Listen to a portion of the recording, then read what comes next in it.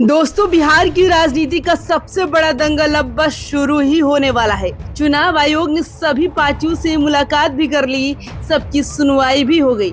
अब बस घंटी बजने की देर है और ऐलान हो जाएगा चुनाव का। लेकिन जिस चुनाव में सिर्फ 1 महीना बचा है, उसमें सबसे बड़ा सवाल ये है कि सीटें बटेंगी कैसे। महागठबंधन हो या एनडीए, दोनों में सीट शेयरिंग का फॉर्मूला अटका हुआ है। तो आखिर इस फॉर्मूले में गड़बड़ी कहाँ है और क्यों नेताओं की रातों की नींद उड़ी हुई है? चलिए आज की हमारी स्पेशल रिपोर्ट में हम आपको पूरी कहानी समझाते हैं। बिहार की सियासत में सीट शेयरिंग यानी किस पार्टी को कितनी सीट मिलेगी, ये हमेशा से सबसे बड़ा पेच रहा है।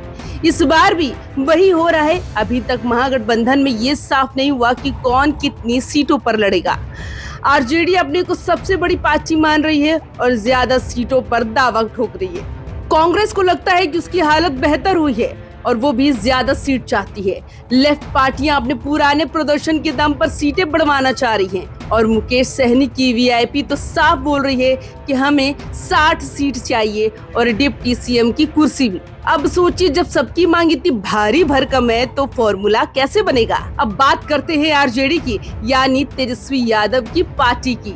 तेजस्वी यादव खुद को बिहार का भावी सीएम मानकर चल रहे हैं और मान भी ले तो उनके सामने सबसे बड़ा सवाल यही है कि वो अपने सहयोगियों को कितना त्याग देंगे।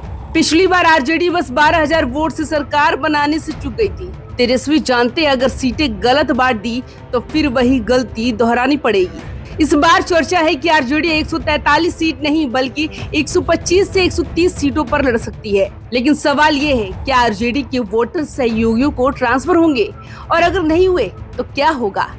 कांग्रेस भी पीछे नहीं है। उनका कहना है कि राहुल गांधी की वोटर अधिकार यात्रा और प्रदेश अध्यक्ष बदलने के बाद पार्टी ने बिहार में नई जान फूंक दी है। कांग्रेस को लग रहा है कि दलित वोटरों पर अब उनकी पकड़ मजबूत हो रही है। 2020 में कांग्रेस ने 70 सीटों पर चुनाव लड़ा था और इस बार वो 55 से 56 ऐसी सीटें चाह रही हैं जहां उनकी जीत पक्की मानी जाए। लेकिन यहाँ फंसा है मामला, क्योंकि उन सीटों में से कई ऐसी आरजेडी भी दावा ठोक रही है। यहाँ तक कि कांग्रेस प्रदेश अध्यक्ष राजेश की अपनी जीती हुई सीट कुटुंबा पर भी आरजेडी की नजर है। अब सोचिए, अगर प्रदेश अध्यक्ष की सीट भी कांग्रेस से छीनी गई तो वो क्या संदेश जाएगा। अब आते हैं लेफ्ट पार्टियों पर।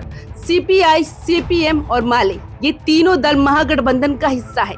इनकी खासियत है कि वोटर ट्रांसफर, यानी अगर किसी सीट पर लेफ्ट उम्मीदवार खड़ा हो जाए, वहां का वोट बैंक सीधा उनके खाते में चला जाता है। इस बार इन्हें 30 से 35 सीटें मिल सकती है। लेकिन माले का कहना है कि पिछले चुनाव में उनका प्रदर्शन अच्छा रहा, इसलिए उन्हें और ज्यादा सीट चाहिए। अगर लेफ्ट नाराज हुआ तो महागठबंधन की पूरी रणनीति खतरे में पड़ सकती है। और अब एंट्री होती है मुकेश सहनी की पार्टी वीआईपी की। नाम ही है विकासशील इंसान पार्टी, लेकिन राजनीति में ये सचमुच वीआईपी बन गए हैं। मुकेश सहनी ने साफ कह दिया कि हमें 60 सीटें चाहिए और डिप्टी सीएम का पद भी। अब जरा सोचिए, जो पार्टी पिछली बार बस कुछ ही सीटों पर जीती थी, वो 60 सीटें मांग रही है। सियासी गलियारों में कहा जा रहा है कि वीआईपी को 10 से 15 सीटों पर ही समझौता करना होगा और अगर ऐसा नहीं हुआ तो बस प्रेस कॉन्फ्रेंस कीजिए और देखिए, मुकेश सहनी एनडीए में शिफ्ट हो जाएंगे। पिछली बार भी ऐसा ही हुआ था। महागठबंधन में सिर्फ बड़े दल ही नहीं, छोटे दल भी अपनी अपनी हिस्सेदारी के लिए जिद ठान बैठे हैं। जेएमएम ने 12 सीटों की मांग की है, लेकिन उन्हें मुश्किल से 3-4 सीटें ही मिलेंगी। पशुपति पारस की पार्टी भी मैदान में उतरना चाहती है और उनके लिए भी सीटें निकालनी पड़ेगी।